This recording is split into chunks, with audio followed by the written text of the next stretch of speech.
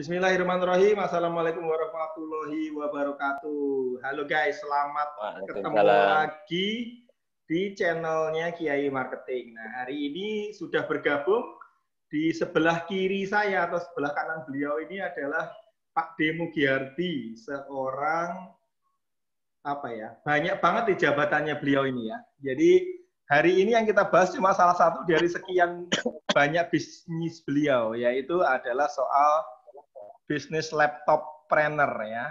Salah satunya di samping beliau juga coach bisnis handal ya. Teman-teman seantero Indonesia yang bergabung dalam Entrepreneur University udah kenal lah sama siapa beliau ini ya. Dikenal dengan nama Pak Demu Giardi. Ini nama asli atau enggak ya? Ya, karena nama asli Pak Yai. Cuman kan karena anak-anak di EU itu rata-rata seusia ponakan, jadi saya pikir ya berarti saya Pak D gitu. Tapi untuk lebih dekat aja seperti Pak Yai lah. Hanya nama aja. Biar Nama akrab aja. Ya. Iya, Ya, termasuk kita berdua sambil santai-santai, gayanya Mas Mugi ini saya harus menyesuaikan nih, soalnya beda dengan para tamu pembicara yang lain ya. Jadi kita janjian sambil rokokan Divine Cigarette dari dokter kita. Ini bukan sembarang rokok, ini rokok herbal itu ya. Ya kalau di forum resmi kita nggak boleh ngerokok Pak Yai. Kalau ini kan forum santai saja kan. YouTube ini ya resmi-resmi juga jadi sebenarnya. Gitu ya. Iya, yang penting kalau lagi di panggung jangan ngerokok Pak Yai. Oh iya. Iya. Khusus Kelatak University ya yang boleh di panggung itu. Ya sambil ngerokok. Kecuali itu. Kalau di Kelatak University harus ngerokok memang. Ya. Oke Pak, silahkan perkenalan dulu. Mungkin ada yang belum kenal sosok jenengan, tapi mungkin banyak orang yang udah kenal, tapi ya ada lebih baiknya memperkenalkan diri sama sekarang aktivitasnya apa aja Pak? Oke. Baik Pak Yai, sebelumnya Assalamualaikum warahmatullahi wabarakatuh. Yes. Perkenalkan nama saya Mugi Hardi. Kalau ditanya kesibukan sih ada beberapa sih. Jadi yang pertama tentu pusat baterai laptop sendiri Pak Yai. Terus yang kedua sih ada Sekolah Pengusaha Jogja yang sudah hampir vakum karena corona. Kayaknya udah harus kangen ngajar lagi nih, kayaknya harus buka lagi nih. Nah, yang berikutnya sebetulnya saya juga punya objek wisata Pak Yai sebetulnya. Cuman ya karena corona ya mandek juga. Jadi kalau objek wisata saya namanya West Lagoon Jogja gitu. Yes, jadi kalau di IG monggo dicari ada itu. Terakhir sama itu kalau itu ya? Di kolaborasi sama Mas siapa? Enggak, kebetulan kalau ini saya kebetulan kolab sama orang kampung Pak Yai. Karena kebetulan ya sebetulnya sederhana, tapi lain kali kita bahas deh. Tapi intinya itu ada sungai di belakang rumah, nggak diapa-apain, ya biasalah. Ide muncul gitu, dicoba kok yo laku gitu, ya dijual gitu aja. Ya ala-ala otak kanan lah Pak Yai. Luar biasa ya, sampai belumbangnya payung botol, luar biasa. Ya kesibukan yang lain paling kebetulan mentor EU juga, jadi ya berbagi pengalaman di bisnis di komunitas.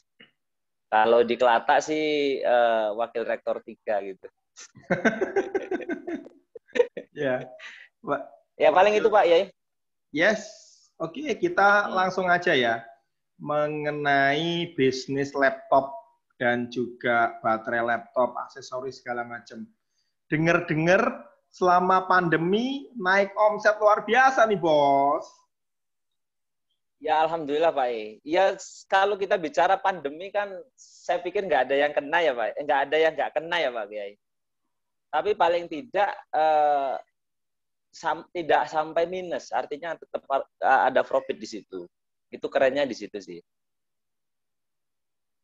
Tapi kalau fenomena yang aku lihat justru di Jakarta ini, kalau sampean ke Glodok itu sekarang penuh, Pak. Orang rakit komputer sama orang jual laptop itu laris banget, Pak. Iya, artinya gini, kalau kita bicara laptop kan dari tahun ke tahun, bahkan tahun 2020 sampai 2021 ini ada peningkatan hampir 300.000 unit, Pak. Pak Yai. Secara Artinya nasional kan ya? ada peluang. Iya, secara nasional. Artinya peluangnya lebih besar. Karena mau nggak mau kan kita dipaksa online. Betul lah. Kalau anak-anak pakai HP bisa, tapi biasanya lebih mantep kalau pakai laptop gitu. Jadi dulunya Kalau yang penjualan, iya. hmm? Aku saya ngomong ya. Jadi gara-gara apa namanya belajar jarak jauh ini, laptop ini sudah seperti sembako, bener enggak? Bener enggak? Betul, Karena betul. orang tua dipaksa punya uang dan enggak punya uang, ya harus beliin anaknya. Betul. Mau nggak mau. Jadi Ya. kemarin itu penjualan laptop baru maupun second itu laris banget. Ya. Nah, kalau yang digeluti Pak D Mugiardi ini Pak Demugi aja, Pak. Ya, Pak D Mugi ya, ya. Ya, gitu aja. Yang digeluti apa ini? Apa namanya di perbaikannya Ya, atau juga penjualan laptop second atau apa aja? oke, jadi saya cerita sejarah dikit ya, Pak ya. Nah, plus mereknya apa ini? Tokonya? Oke, siap. Siap. Jadi kan kebetulan saya itu terjun di dunia komputer itu sudah sejak tahun 97, Pak ya. Yes. 97 itu sudah terjun di dunia komputer, tetapi kan waktu itu masih karyawan karena kebetulan cari biaya kuliah susah, ya udah sambil nyambi gitu kan. Jadi saya pernah bekerja di beberapa tempat. Pertama itu saya pernah ikut Santek Komputer yang di Pingit itu, lalu kemudian di Prima Data, lalu kemudian pindah lagi ke Sentra Buana Servisindo yang merupakan salah satu anak cabang dari Harisma Komputer, Pak. Ya tahu ya, Harisma. Tahu lah, kan yang Harisma. paling Ya, terkenal di Jogja loh. Tuh. Ya, nah saya kemudian dari anak perusahaan Harisma terus bergabung dengan Harismanya sampai sekitar 7 tahun. Nah, waktu itu karena kebetulan yang megang laptop saya, jadi semua merek laptop yang berpartner dengan Harisma, saya pernah ikut ditrainingkan di service center-nya gitu. Oh iya. Nah, sampai akhirnya saya memutuskan untuk memajukan diri ya kalau kata EU. Saya terus membuka sendiri gitu Pak Yai. Nah, untuk masalah merek, kita kan tahu kalau kemudian kita masuk di Red Ocean dan kita tidak mempunyai satu USB sendiri kan pasti kalah kan Pak Yai.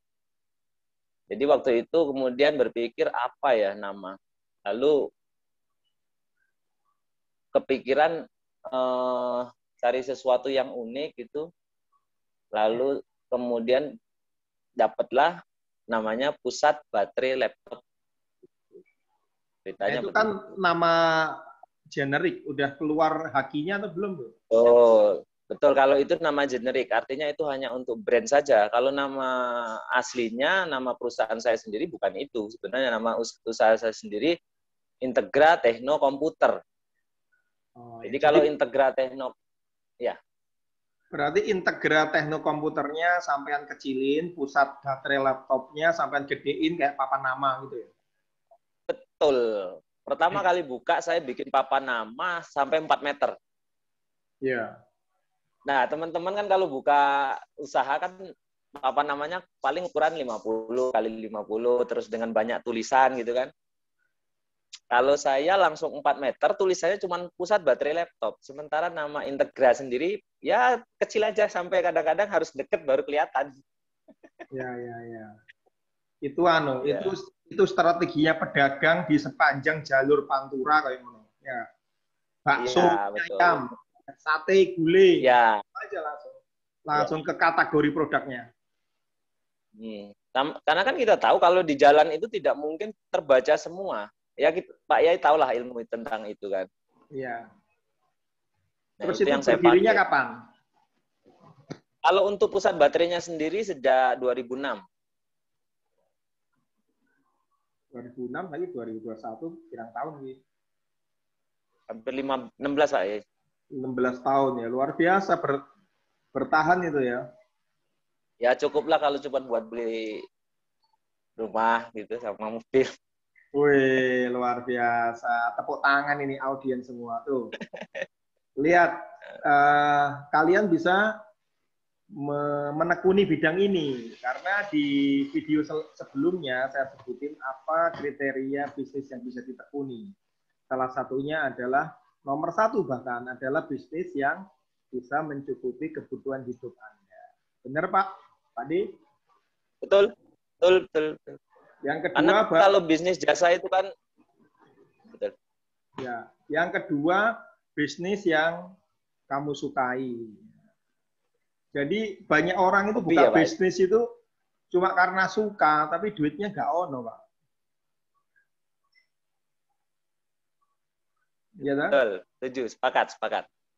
Kalau Pak D ini sebenarnya seneng komputer apa enggak ketika mau bisnis ini?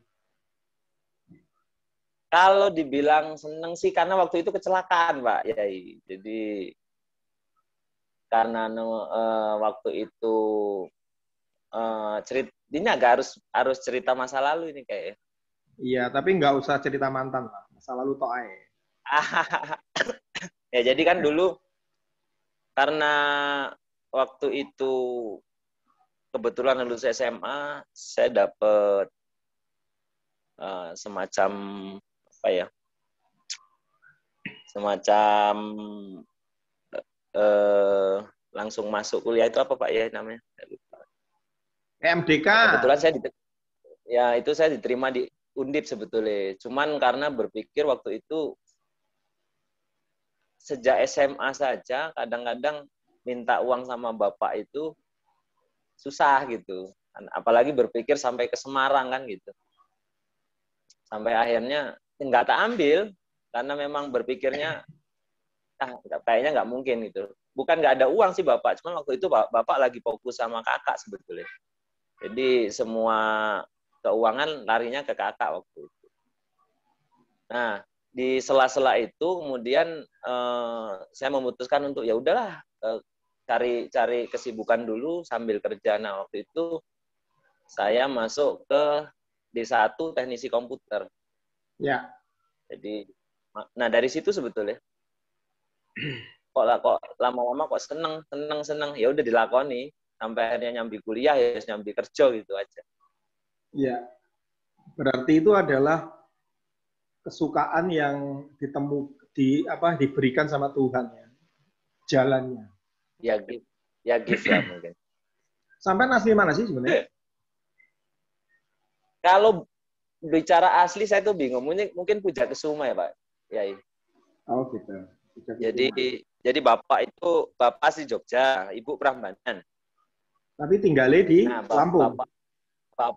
Bapak dulu ditugaskan di Palembang, di Telkom Palembang. Di Telkom Palembang, terus ya udah sampai di sana menetap sampai almarhum di sana. Oh, gitu. Nah waktu SMA, waktu lulus SMA, nah ini yang lucu. Ketika mau SMA itu bapak itu maksa gitu, separuhnya dalam tanda kutip ya. Udahlah kamu balik ke Jogja gitu. Karena zaman dulu kan khawatir Pak Yai, kehidupan di sana agak mengkhawatirkan karena anak-anak seusia saya SMP itu sangun di belakang ini pisau dapur gitu. Ya, pisau dapur ya. Jadi ya bapak agak khawatir juga akhirnya ya udah saya dibuang. Suruh ikut Pak D di sini gitu. Oh, tapi justru alhamdulillah namanya Pak D ya. Karena sampai ikut Pak D juga. Ya, kakak-kakak bapak di sini semua ada 8 orang. Oke, langsung masuk ke konten bisnis laptopnya. Itu, Lanjut. yes. Jadi masuk bisnis laptop itu gara-gara pengen jadi pengusaha, kemudian tahunya soal laptop, atau bagaimana? Kalau untuk jadi pengusaha itu sebetulnya kegelisahan dari awal. Itu saya ceritakan di buku saya, kebetulan lagi naik cetak.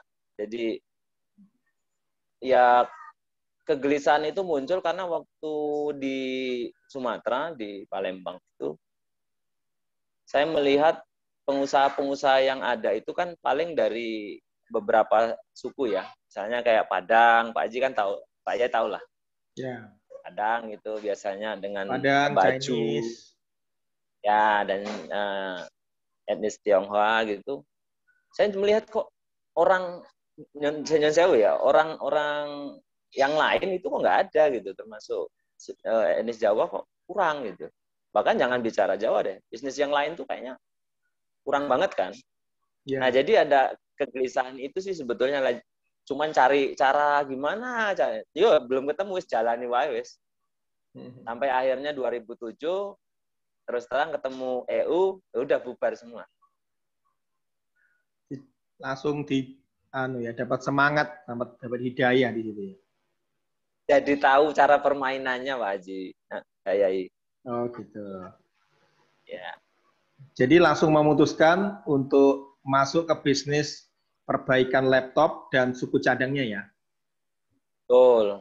Karena peluangnya waktu itu sangat besar, sangat besar. Karena kan kalau bicara laptop itu saya masih ingat di tahun-tahun awal di tahun 2000 sekian itu, kalau bisa bicara tentang orang yang bisa benerin laptop, itu cuma ada 3 Pak Yai. Di Di Jogja Jogja. loh ya. Oh masa? Ya, ya di Karisma. tahun-tahun awal sekitar 2000-an. Oh gitu. Harisma, Harisma saya megang eh, komputer, Komputer sama betul. satu lagi sama satu lagi itu yang di dekat ring road itu saya agak lupa. Iya, Cuman iya, iya. ada 3 itu. Jadi saya pikir wah keren juga nih sebetulnya. Gitu. Oh iya, iya. Jadi karena sampean udah kerja di situ, udah mendalami marketnya, dan melihat ada permintaan yang besar dan penawaran yang kecil, Anda masuk gitu ya. Ya Nah, itu betul. waktu mendirikannya, skemanya apa? Dana sendiri atau bareng-bareng? Dan berapa dulu modal awalnya? Kalau bicara cara membuka, maka mau nggak mau kita bicara cara otak kanan Pak Kiai. Yes. Ya jadi waktu itu kan orang itu kalau mau buka usaha kan mikirnya panjang, kali lebar kali tinggi gitu kan. Yes. Sementara kita di kelas kan nggak diajari seperti itu. Mikirnya sederhana aja. Buka ya buka. Nah, pertanyaannya duit dari mana? Ya waktu itu ada uang berapa gitu, tabungan, terus jile yang paling dekat sebenarnya jile Mbak gitu kan. Jile dulu gitu. Terus ya buka aja. Tetapi ya tadi sekali lagi ketika buka itu kalau hanya kita buka seperti kebanyakan ya tenggelam juga. Karena waktu itu saya masih ingat di Jogja itu hampir ada 200 tempat servis. Dalam hal ini juga tempat servis sekaligus rental komputer. Loh, Jadi kata bisa kamu cuma dibayangkan, 3 waktu. enggak, rental kita bicara PC banyak. Kalau bicara laptop kan cuma 3 itu tadi. Kan Oh laptop iya, ya. laptop zaman dulu kan satu laptop aja 15 juta, Pak. Ya, Iya, iya, iya. belum ada yang 4 jutaan itu belum ada. Berarti pas buka itu spesialis laptop langsung atau spesialis PC? Langsung laptop. Oh, laptop. Ya. Tahun Iya, jadi itu tahun 2002 ya? Berapa tadi? ya dari 2000, iya 2002. 2002 itu 2002. saya ikut anak perusahaannya Haris. Enggak, yang mulai buka laptopnya kapan? Yang dengan bendera sendiri. Kalau saya sendiri dari 2006 setelah resign Oh, itu. oh, dari 2006 ya. Berarti tadi pertanyaan saya modalnya berapa? Dan untuk apa? Waktu itu Untuk awal-awal? waktu itu kalau nggak salah modal ngontrak itu di toko saya yang di Jalan Sarjito itu 6 juta Pak ya. 6 juta. Nah, terus? UMR Jogja waktu itu masih sekitar 700. 700. Hmm. Terus buat Ya udah, lain-lain uangnya. total biro? Kan ini kita bisnis jasa, Pak Yai. Bisnis Ya. jasa, jadi kan minim modal sebetulnya kalau dari sisi. Paling dibutuhkan paling etalase, kursi, nah, beberapa spare part yang memang kira-kira mendukung. Nah, waktu itu memang saya masih ingat yang main pertama kali baterai laptop di Jogja itu saya. Saya masih ingat.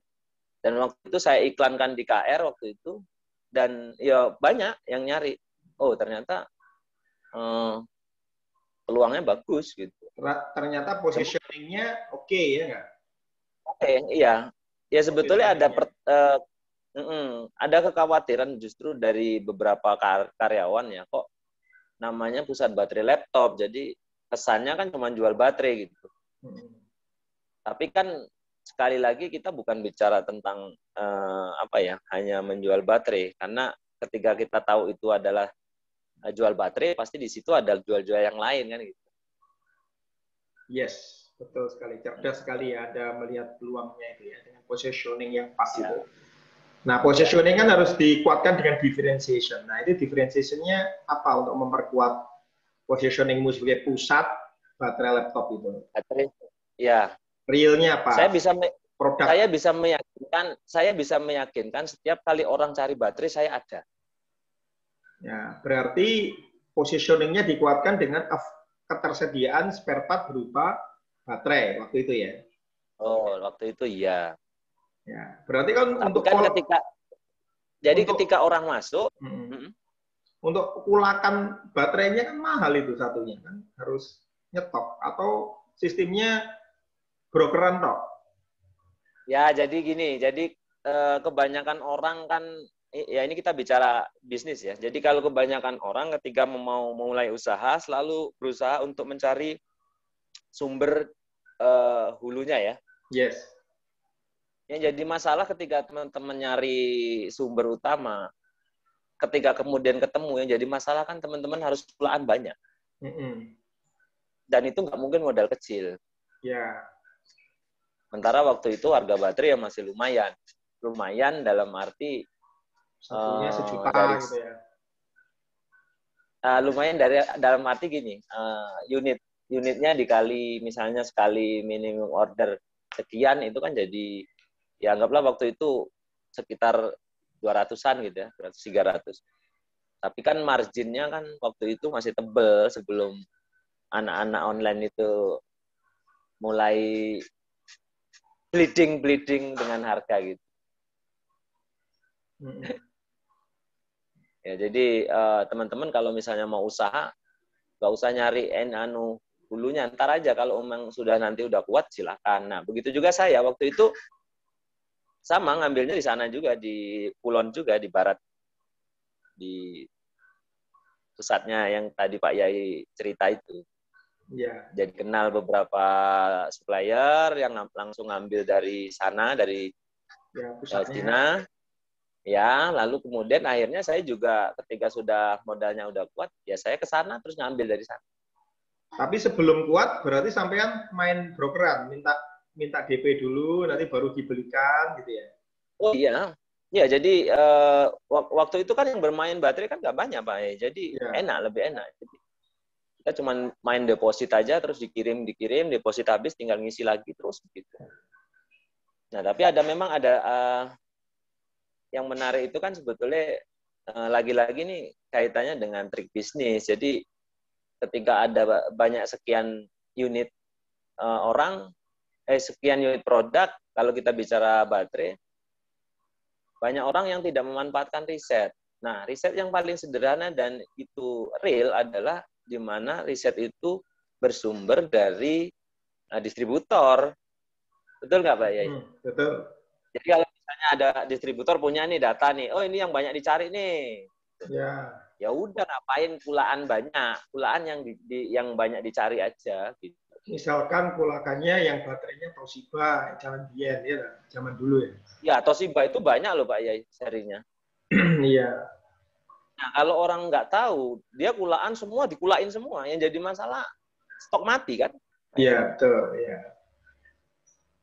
Nah, kalau saya enggak, saya tahu dari distributor ngasih tahu ini loh yang lagi banyak dicari. Ya, itu aja kulaan. Yes, yes, yes. Menarik, menarik. Sementara yang lain ya biarlah distributor yang nyetok, kita nggak usah nyetok. Yes, yes. Jadi tetap nampak di etalase ada baterai di etalase kan gitu kan, meskipun tidak lengkap. Ya. Tetap nampak dalam tanda kutip, dus deh. Mau rusak mau enggak, pokoknya kelihatan banyak baterai laptop yang kuno kan gitu kan. Ya, di awal-awal itu yang tampak dusnya Pak Yai. Kalau Pak Yai, lah sekarang Pak Yai datang ke tempat servis penjualan handphone, emang yang di etalase itu ada isinya semua. Nggak ada, itu dummy itu. Dummy tok ini ya. Iya, tapi kan itu lagi-lagi kan kita bicara trust, biasanya kita bicara trust kan. Oke, ini supaya pemirsa kita termotivasi nih. Tadi kan berarti biayanya nggak lebih tuh. Kalau ini Jogja ya, Jogja karena biaya sewanya cuma 6 juta. Kalau di Jakarta ya kalau kecil mungkin 15 ya. Plus macam-macam ya, mungkin kalau di Jogja zaman dulu ya.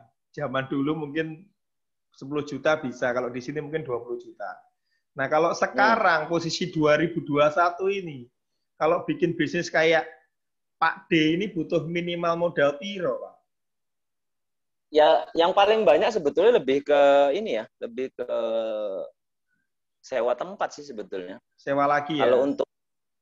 Kalau peralatan sih, ibaratnya yang paling mahal itu kan yang solder uapnya ya, yang untuk ngangkat IC itu. Itu mulai dari 15 juta sampai 30. Sisanya kan sisanya solder biasa Pak Yai. Oh gitu. Dan HPP-nya kan nol berarti. Yes. Nah berarti kira-kira balik modalnya dulu dalam berapa bulan tuh? Cuma 10 juta balik ya? Balik modal? Iya. Balik modalnya? Dari balik modalnya lo invest 10 juta ya cuma berarti kan? Balik modalnya 2 bulan. Ya keren. 2 bulan langsung balik modal. Sisanya sampai dengan 16 tahun untung berarti ya? Ya begitulah. Ya, luar biasa. Anak-anak EU ini memang luar biasa. Cepet banget bisnisnya. Terus, perkembangannya gimana Pak? Selama 16 tahun ini perkembangannya bagaimana? Kan pasti prinsipnya ada gula, ada semut dong. Kan lihat Pak Mugi, BEP-nya cuma 2 bulan, terus bisa beli rumah, bisa beli mobil, bisa beli apa. Tentunya ada pesaing. Nah, kemudian sampean triknya untuk berkompetisi gimana? Nah, jadi gini, tadi kan saya bicara tentang ada 200 kompetitor ya. Ini bisa dibilang apa ya? Bisa dibilang kelebihan atau malah kelemahan ya. Jadi dari sekian ratus itu ternyata yang tahu caranya berbisnis hanya sedikit, gitu. Kecuali yang punya modal ya. Kok bisa begitu? Itu yang punya. Apakah mereka tidak sekolah bisnis, tidak apa? Kan mereka buka toko juga, dagang juga, kok dibilang sama Pak D nggak tahu bisnis, marah nanti mereka. Nah, gini, jadi yang ada di kepala mereka kan bagaimana cuman kemudian membuka, lalu kemudian menyervis tanpa ada kelebihan yang mereka tonjolkan. Jadi tidak ada USB sama sekali. Yes. Sementara kalau kita bicara tempat lain kan juga begitu. Nah, terus apa keunggulan? Gitu. Jadi ini yang jadi poin plus sebetulnya. Wah, ini nggak masalah. Jadi mau berjamur sekian aja, sekian ratus lagi pun dengan teknik yang sama masih worth it lah untuk dikerjakan. Artinya rata-rata mereka ya buka aja, tapi nggak ada bagaimana membuat customer itu kemudian datang, lalu kemudian nggak hanya jadi langganan, tapi jadi marketing kita yang mengabarkan gimana tempat servis yang bagus, yang enak kalau didatangi gitu. Ya itu kalau dalam kalau dalam bahasa branding namanya komoditas kan ya. Berarti mereka itu banyak, tidak punya keunikan, kemudian mereka itu cuma kayak sembako, nggak ada keunikan. Nah, berarti ya, jadi keunikan yang dibangun sama Mas Mugi selain punya apa namanya, punya baterai laptop paling lengkap kayak gitu, apalagi? Saya buka banyak cabang, Pak ya. 2006 itu? Iya, 2006 itu sampai 2010 itu saya sudah punya 5 cabang. Oh, jadi arah mata angin Jogja sampai kuasai ya? Betul. Jadi setiap tahun saya buka cabang. Dan itu yang membuat orang juga, weh, ya ibaratnya ada diserbu dari banyak tempat kan orang berpikir, wah ngeri juga ini gitu. Mantap, mantap. Nah, jadi kan orang sekarang gini lah Pak Yai, kalau misalnya nyapis laptop, kemudian ada di situ ada kan lebih santai, lebih tenang gitu kan. Wah, Bapak kalau misalnya ada masalah yang di dekat Bapak aja yang bawa aja ke situ sama kok. Iya, jadi secara brand orang merasa trust toh dengan cabangnya banyak. Iya, saya setiap tahun buka cabang biasanya waktu itu. Jadi sampai dengan sekarang ya, posisi Juni 2021 berapa cabang? 3 Pak Haji. Loh kok malah berkurang? Ceritanya piye iki? Pasti ada yang menarik. Ya ada. Jadi jadi dari beberapa cabang itu memang ada yang misalnya di Tamsis gitu ya. Kenapa saya tutup? Karena orang itu tidak semuanya paham tentang bab sewa menyewa. Jadi kadang-kadang kan kalau kita bicara normalnya sewa kan kenaikan itu paling tidak kan 10% per tahun gitu ya. Lah, ada satu tempat yang dia itu tidak pakai itu. Jadi dia menentukan harga sak maune dhewe. Sementara kan kita bicara cost juga kan. Kalau kemudian kita tetap profit tetapi tidak seperti goal yang kita setting ya, daripada berat di ongkos ya mending kita tutup, kita cari lokasi yang lain gitu. Mikirnya nggak usah pusing-pusing, kalau kira-kira tutup ya tutup, nanti besok buka meneh wis ngono wae. Betul, ya. Selamatkan uang dulu ya. Urip wis angel aja dangel-angel. Ya, tapi apakah ada kaitannya sama persaingan tadi? Kemudian ada satu strong kompetitor yang kuat di tempat itu, atau memang ini masalah internal saja tadi? Enggak juga sih. Jadi sekali lagi kan kita bicara tentang kalau istilahnya kalau masih kita masuk di blue ocean ya kita perang harga segala macam. Kalau kita kemudian masuk ke red ocean, kita sudah tahu pangsa pasar kan, Pak Yai. Jadi misalnya contoh kasus ya, dulu waktu sebelum saya misalnya gini, saya buka lalu kemudian saya tidak pakai apa namanya temboknya depan tidak pakai kaca, hanya kebuka gitu langsung gitu, karena ada etalase terus orang datang langsung bertransaksi gitu kan. Lalu kemudian saya berpikir untuk segmen menengah ke atas, kalau datang ke tempat di mana di situ cuman orang datang, nggak ada kacanya, nggak ada AC-nya, saya pikir nggak nyaman gitu. Dan trust-nya juga akan kurang. Ya. Nah, makanya semua saya tutup kaca, lalu saya kasih AC. Untuk beberapa pengusaha yang saya bilang tadi, mereka kan masih berhitung, oh pakai AC, pasang kaca, kosnya naik. Tapi kan sebetulnya segmen pasar yang mereka ceruk itu yang apa? Yang mana? Kalau misalnya nggak dipasang kaca ya jangan berharap orang-orang yang bermobil, yang punya duit akan mampir. Yang mampir memang mahasiswa tok, nah ya. Dan tahu kan kalau misalnya mahasiswa ya harus pres-presan kan gitu. Tapi apakah kemudian kita tidak menjangkau yang bawah? sama, kita juga menjangkau. Tapi paling tidak yang kita tekankan adalah bagaimana mereka datang nyaman, dilayani dengan baik. Karena orang kalau sudah dilayani dengan baik, kita tidak lagi bicara harga kan Pak ya. Betul, betul, betul. Gitu. Berarti sampean kelasnya bisa sama brand-brand besar seperti Harisma tadi, toh? Ya, saya banyak belajar. Saya terus terang banyak belajar dari tempat saya bekerja kemarin. Saya banyak dapat inspirasi, saya dapat pelajaran karena kebetulan saya senior ya waktu itu. Saya megang laptop di sana hampir 7 tahun.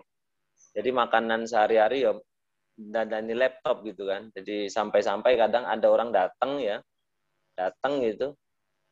Nggak usah ngomongin kerusakannya apa aja, saya sudah tahu. Iya. Itulah kenapa Anda kemudian pakai tagline bisa memperbaiki segala jenis laptop, betul? Yes. Ya karena itu udah makanan sehari-hari. Jadi kadang-kadang ini pasti rusak ininya. Ini udah pasti jelas. Iya. Karena untuk beberapa seri laptop itu kadang-kadang kerusakannya ya cuma di situ aja Pak ya. Bawaan lahir ya. Ya, ada kayak apa ya? Kelemahan lah di situ. Atau kalau kayak mobil itu ada ya, ditarik gitu kan.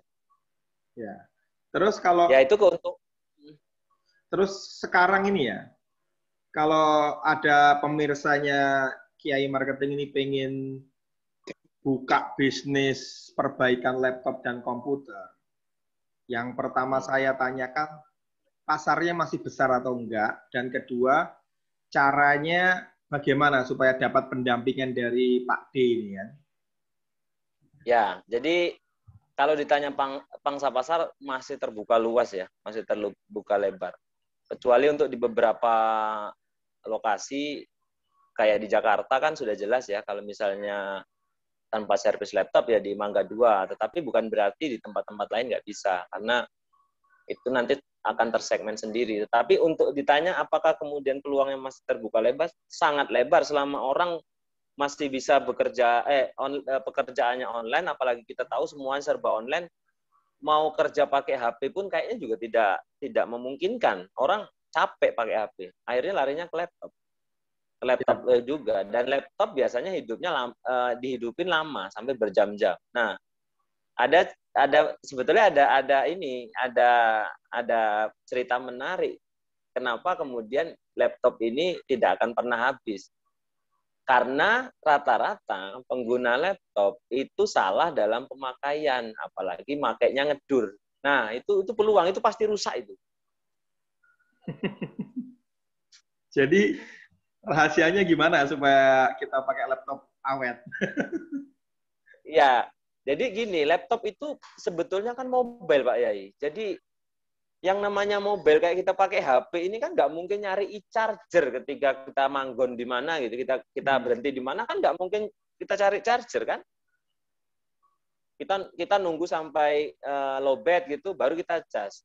Seharusnya perlakukan laptop Anda sama seperti handphone Anda, itu pasti awet. Tapi nggak usah, nanti saya nggak ada kerjaan. Nah, jadi ketika terus. Nah, jadi ketika orang pakai laptop ngedur, chargernya dicoloki sampai dari dia buka sampai dia nutup shutdown Windows, ya udah itu pasti kan akan terjadi overheat. Overheat itu macam-macam. Dari mulai nanti baterainya pasti shock itu pasti. Yang tadinya 2 jam paling sekarang lama-lama paling cuma berapa menit doang gitu. Iya, betul. Belum lagi nanti overheat-nya di kipasnya nggak mau berhenti karena ada sensor panas yang dia selalu mendeteksi ini panas kok nggak turun-turun ya. Akhirnya dia muter terus dan itu pasti jebol. Minimal kalau nggak jebol ya suaranya jadi berisik. Kalau dia kemudian berisik nanti overheat. Overheat itu nanti mulai dari pastanya yang pelapis di prosesor itu jadi kering, akhirnya sering mati. Belum lagi nanti overcharging yang misalnya ada beberapa kasus dia selama ini baterainya sudah soak, lalu dia berpikir tak cas saja bisa hidup, ya bisa, tetapi yang jadi masalah suatu ketika Anda akan mengalami di mana Anda datang ke toko laptop ganti baterai sekalipun baterai barunya nggak kedetek. Karena ya iya betul. Saya pernah Ya seperti karena ada karena di blok chargingnya itu rusak. Jadi walaupun dipasangi baterai baru pun ya nggak kedetek baterainya. Oke. Nah, jadi Saya tertarik sih mau buka reparasi laptop sama toko ini karena di perumahan saya aja Pak itu cuma ada satu yang perbaikan laptop itu yang punya orang Padang dan apa namanya wes servisnya sakarepe dhewe, servisnya seenaknya sendiri, nggak ada yang namanya customer service. Kadang saya ya malah dimarah-marahin. ya jadi ini juga bagi teman-teman teknisi terkadang ini Pak Yai masih ada bawaan Enlander. Jadi mereka nyervis itu ya itu satu, yang kedua terkadang itu banyak juga teman-teman itu yang melakukan sesuatu yang kurang baik lah Pak Yai. Ya ini saya buka sedikit ya. Jadi kadang-kadang itu, ya mungkin tidak semua, tetapi saya sering menemui, bahkan mungkin nggak cuma di laptop, di bisnis jasa yang lain seperti reparasi TV misalnya. Itu sering reparasi AC itu AC-nya sering tidak apa-apa dibilang dryernya rusak, ganti, gitu toh. Ya jadi kayak ya saya di laptop aja jadi biar nggak kemana-mana ya. Jadi kalau misalnya di laptop ada yang kadang-kadang gini, ada satu kasus misalnya dicek kemudian ditemukan satu IC yang kecil banget lah, ya seginilah ini segini kecil banget hampir satu kuku ini. Itu terkadang mereka berpikir gini, wah ini nanti kalau cuma ngomong yang rusak satu kecil IC ini, nek dicasnya sekian, pasti customer-nya nggak mau gitu. Ya. Yang terjadi apa? Akhirnya mereka menyopot IC bekas lalu diakukan, apa istilah lagi? Diakui. Ya, sing rusak iki. Jadi oke banget itu loh IC-nya. Nah, hal-hal seperti itu menurut saya tidak perlu dilakukan dan itu saya anti sekali. Jadi saya pernah memecat karyawan saya karena melakukan hal seperti itu gitu. Ya. Jadi ada trik-trik di awal yang memang harus ditegaskan ketika teman-teman mau merekrut teknisi gitu ya. Hal-hal yang jelek-jelek itu jangan dilakukan. Artinya saya kok bisa ngomong gini. Saya mengakui dulu pernah begitu, tapi saya pikir ini nggak berkah lah gitu kan. Ya bukan bicara soalim ya, tapi nggak dapat apa-apa dah itu. Capek doang. Nah, terus bagaimana menjelaskan ketika kemudian ada orang yang cuman segitu, terus dicas sekian gitu, sekian ratus gitu. Ya dijelasin aja. Jadi kita itu ketika ini customer di tempat saya, customer service tempat saya yakinkan begini. Jelasin aja apa adanya karena orang itu kalau bicara dari hati pasti nyampainya ke hati. Jadi kalau misalnya dia tanya, "Loh, segini doang, habisnya sekian." Nah, baru kalau dia boleh saya jelaskan sedikit, Ibu misalnya. Ini untuk bisa menemukan satu IC kecil ini kita harus bongkar 250 skrup untuk bongkar dan nutup. Dan itu makan waktu. Belum lagi ketika kemudian kita masang lagi, mungkin ada yang salah pasang atau ada satu yang nggak benar, itu akhirnya laptopnya jadi mati juga bisa gitu. Dan untuk sampai ke tahu laptopnya yang IC-nya ini yang bermasalah, itu kan harus dicek dari depan ke belakang. Dan yang jadi masalah dulu di zaman-zaman awal nggak ada spare part-nya, jadi kita mainnya kanibal Pak Yai. Tapi sekarang udah ada IC kecil itu sudah ada.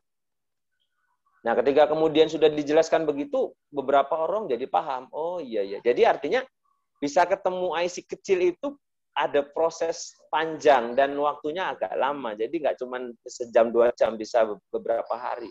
Nah, sebetulnya Ibu itu bayar waktu kita untuk bisa menemukan IC kecil ini, itu aja.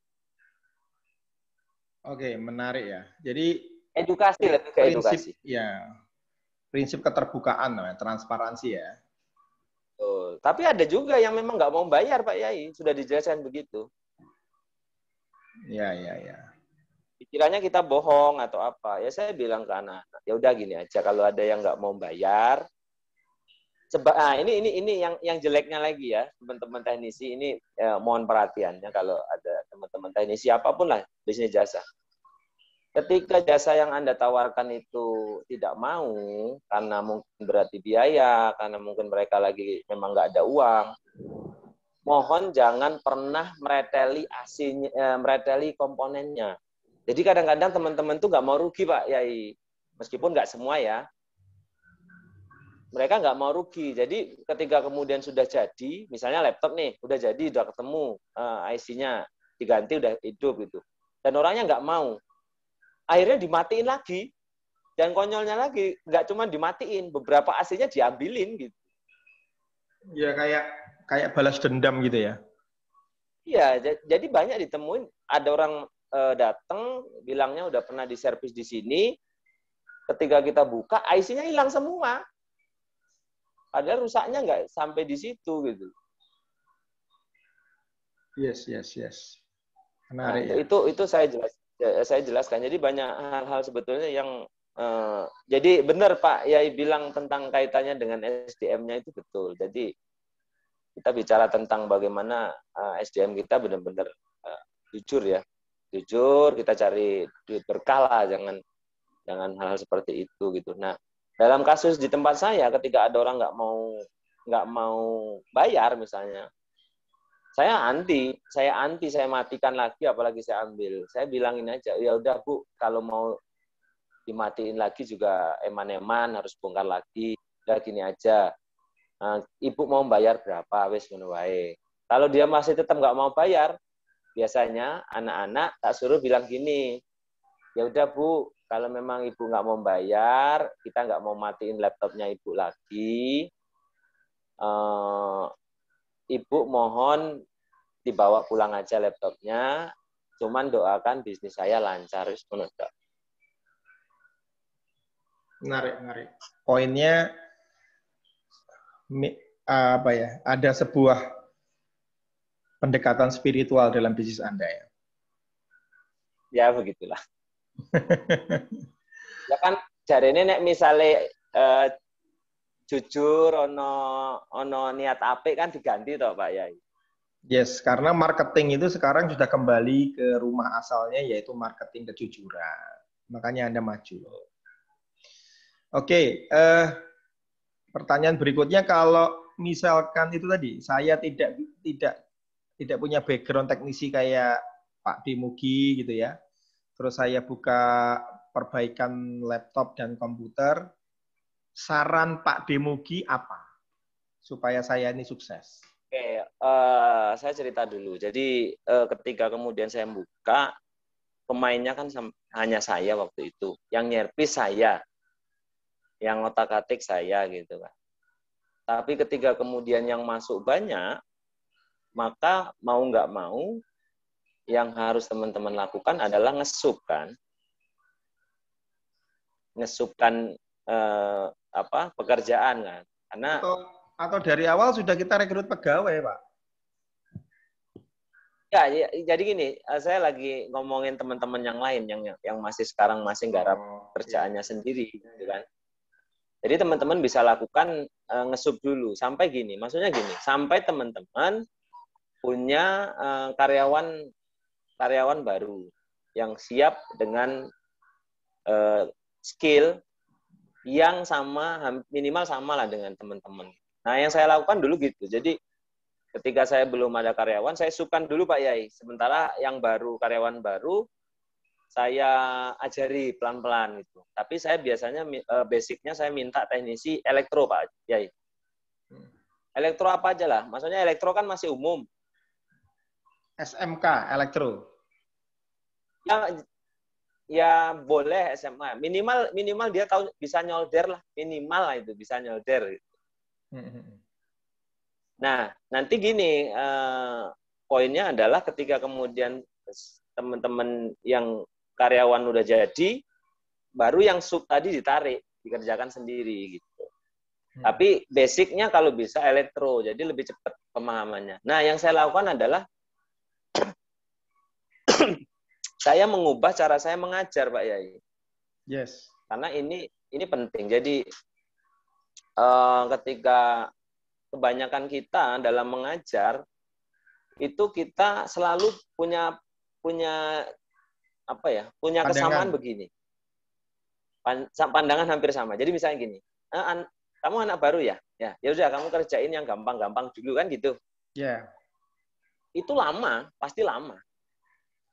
Yang saya lakukan adalah saya mengubah paradigma itu menjadi paradigma baru. Jadi saya mengajarkan kalau bahasanya Patung itu ahanya. Jadi kan ini.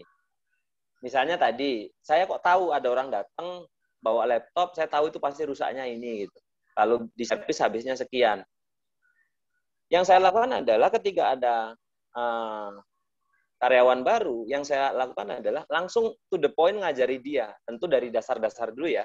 Maksudnya cara kerja diagramnya seperti ini. Nah, setelah itu yang saya ajari adalah bagaimana AHA yang selama ini saya temukan. Karena gini, kalau ada orang baru lalu kemudian disuruh buka langsung laptop orang, resiko kita kan paling malah rusak kan gitu kan. Ya. Nah, sementara kita yang memang senior, kita yang memang yang sudah tahu, kita udah paham kalau buka seri ini, bukanya harus begini, harus dimiringkan, harus dibuka ini dulu baru bisa. Orang nyuruh biasanya langsung, ya udah coba dulu. Ya resiko, pasti meledak, pasti konslet, pasti apa. Kalau saya, iya, itu akan memakan waktu lama dan sangat beresiko. Yang saya lakukan adalah, saya bilangin, kalau seri ini, bukanya yang harus kamu perhatikan adalah bukanya kayak gini. Coba, ini nih saya contohkan. Ceklek. Nah, coba kamu buka. Tek. Nah, gitu. Hati-hati. Karena kalau kamu nanti bukanya seperti biasa, biasanya yang patah sini, yang konslet sini. Karena kan saya pernah ngalami itu gitu loh. Ya. Jadi copy paste-nya cepat. Bahkan kadang-kadang seperti itu, nggak lama. Dia sama dengan saya secara kepintaran, bahkan lebih. Dan yang diminta memang harus lebih, karena kalau kita yang pintar terus kapan metune gitu. Terus kapan jalan-jalan nih? Yes. Nah, bahkan pertanyaan tadi, yang kalau saya orang awam, ya saya bukan teknisi komputer, saya mau buka perbaikan laptop, mungkin dengan apa ya, dengan ada beberapa suku cadang yang lain lah ya gitu ya. Itu kira-kira Pak Demugi sarannya gimana? Atau sampean punya ya, paketnya? Kalau paket ya, paket laptop planner yang ada di kaos sampean itu? Ya, jadi gini, kita punya sekolah teknisi juga.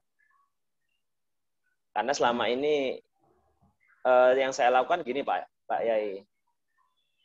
Karena ini rencana ini baru mau akan kita eksekusi. Yang saya lakukan selama ini adalah beberapa karyawan saya sering saya didik jadi pengusaha laptop.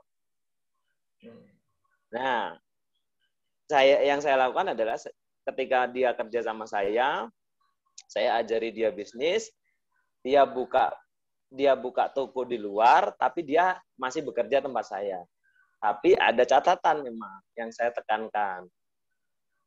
Catatan yang pertama adalah tidak boleh menggunakan waktu di tempat saya. Tapi saya ajari bagaimana di sana dia bisa buka servis. Kalau misalkan belum ada orang, karena dia di sini teknisi, ya lenggarap setelah pulang dari tempat saya gitu. Ya.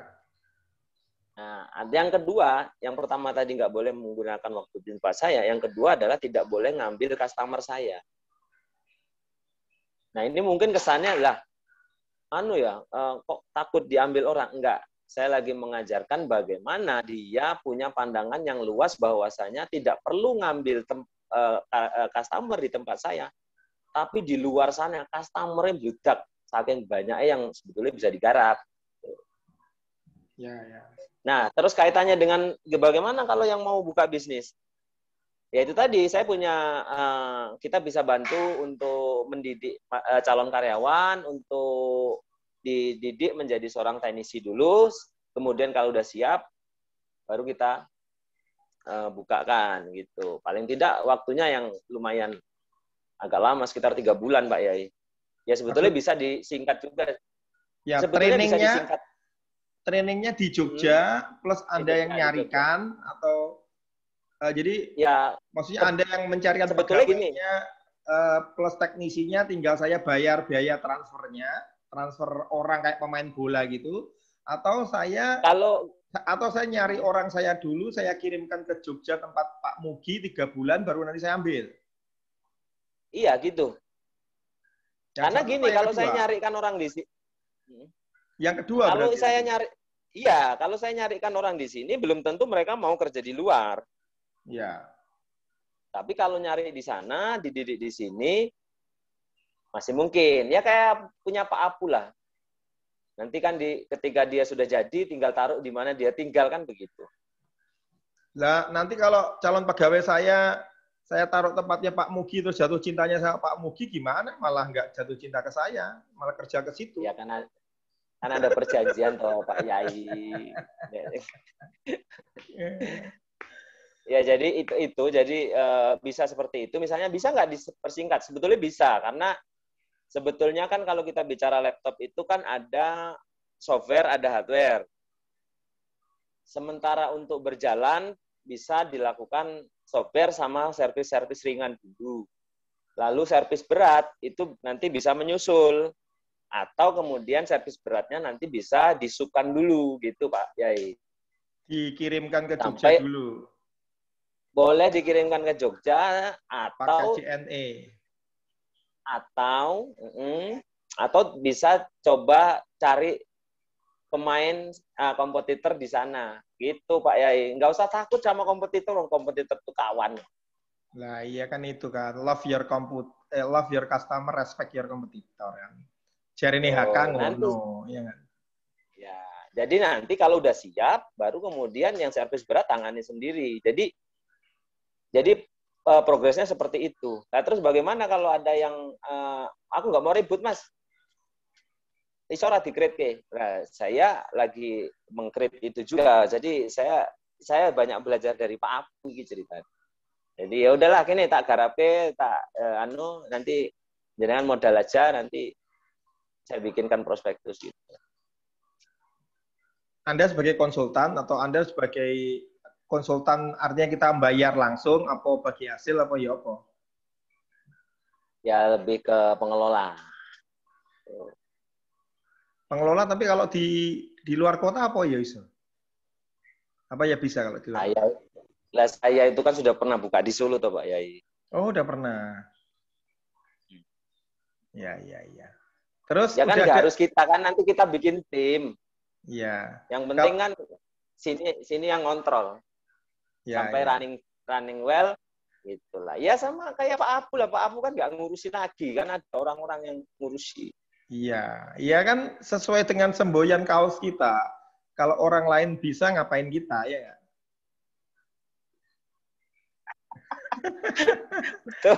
Harusnya kita pakai kaos itu hari ini janjian.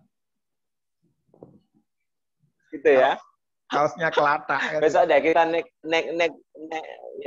next di podcast berikutnya Pak Yai. Ya, oke. Terakhir Pak. Terakhir adalah sampean rodok-rodok ngiklan lah, agak-agak mengiklankan ya. Jadi apa konkretnya yang mau ditawarkan dari bisnis laptoppreneur ini apa? Terus kemudian bisa menghubungi ke mana nomornya apa WhatsApp-nya gitu loh. Hard selling sekali. Oke. Ya kan? Ya teman-teman, kalau memang teman-teman sebagai teknisi laptop di seluruh Nusantara, kalau selama ini bisnis teman-teman hanya begitu-begitu saja, diservis sendiri terus saja, kayaknya teman-teman harus mulai naik kelas. Jadi teman-teman nanti bisa ikut di kelas saya di laptoppreneur.com. Tapi ini terus terang lagi kita create ya. Jadi lagi kita create. Mudah-mudahan Juli lah Pak. Yai, Juli udah mulayan. Itu bagi teknisi yang lain. Artinya itu bagi pemilik bisnis yang sekarang running tapi cuma segitu-segitu aja. Udah naik kelas. Lalu bagi teman-teman teknisi yang nah ini agak provokasi nih. Bagi teknisi yang memang pengen jadi pengusaha, pemilik bisnis, ini juga cocok. Jadi teman-teman harus naik kelas punya bisnis sendiri gitu. Nah, tinggal siapa yang cepat. Lalu kemudian bagi pemilik modal, nah, kita lagi create juga nih, gimana uangnya daripada nganggur, udah kita anu aja dah, kita bagi hasil, kita kelola, kita kasih prospektus, ya udah teman-teman bisa punya bisnis. Harapan saya sih ini bisa running well besok di Juli. Itu Pak Yai. Berapa kira-kira total investasi untuk satu gerai reparasi laptop berikut aksesorisnya yang ya sesuai konsep Anda yang menarik lah. Berapa minimal, berapa maksimal? Kalau misalkan di luar sewa bicara, ya, di luar sewa. Ya di luar sewa sekitar 150 Pak Yai. Kebanyakan dipakai buat apa? Buat stok barang, stok laptop atau apa? Stok baterai. Interior paling yang paling banyak makan itu kan interior, sama beberapa nyetok barang sama spare part untuk servisnya ya. Ya. Sama nanti kan gini, nanti kan Anda mau bermain pakai brand saya atau Anda mau pakai brand sendiri gitu. Ya. Kalau pakai brand saya kan pasti ada royalti gitu. Ya. Kalau untuk masalah BP, tahun 2 tahun lah. Ya. Oke, teman-teman. Saya pikir sudah clear, ini sudah dibedah sampai ke akar-akarnya ini tentang laptop planner ya. Bagaimana Anda bisa memulai berbisnis laptop, reparasi laptop, aksesoris laptop ya. Nanti kalau misalkan ada pertanyaan bisa ketik di bawah di komen, nanti akan kita jawab atau nanti akan saya kasih langsung kontaknya Pak Demugi ya, nggak apa-apa ya. Boleh. Ya, nanti kita taruh di deskripsi ya. Kita taruh di deskripsi nomor WA-nya Pak Demugi ya. Ya, atau FB-nya boleh deh. Boleh, FB-nya ya. Oke. Ya, tambahin dikit Pak Yai. Jadi kita akan ajari dari 0 sampai benar-benar bisa running. Jadi kita ajarin juga gimana cari supplier, kita ajarin gimana mau impor ke Cina sana. Karena kalau dulu kan kita lebih mantap datang ya, kalau sekarang kan nggak perlu gitu. Itu Pak Yai. Ya udah, ditunggu kelasnya, nanti saya yang jadi muridnya nomor 1. Ya toh? Ya. Datang ke Jogja untuk berguru laptop planner sama ahlinya ini. Oke, begitu. Siapa Pak Yai? Matur nuwun Pak Yai atas waktunya. Ya. Mudah-mudahan bermanfaat buat teman-teman semuanya. Oh pasti ini. Sepanjang YouTube-nya tidak bangkrut dan ini masih ada di YouTube, amal jariahnya buat Pak Demugi semua. Amin. Siap. Ya, terima kasih semuanya teman-teman pemirsa YouTube channel Kiai Marketing. Semoga Anda terinspirasi dan sekali lagi kalau ada pertanyaan nanti ketik di bawah, kita akan bantu dengan ikhlas dan tuntas ya. Terima kasih sahabat saya Pak Demugi yang lagi Pak Yai, terima kasih. Ya. Semoga juga bisnisnya maju, sehat walafiat dan banyak menginspirasi kita semua. Terus ya. Amin. Oke. Amin. Demikian saya undur diri. Wassalamualaikum warahmatullahi wabarakatuh. Waalaikumsalam warahmatullahi wabarakatuh.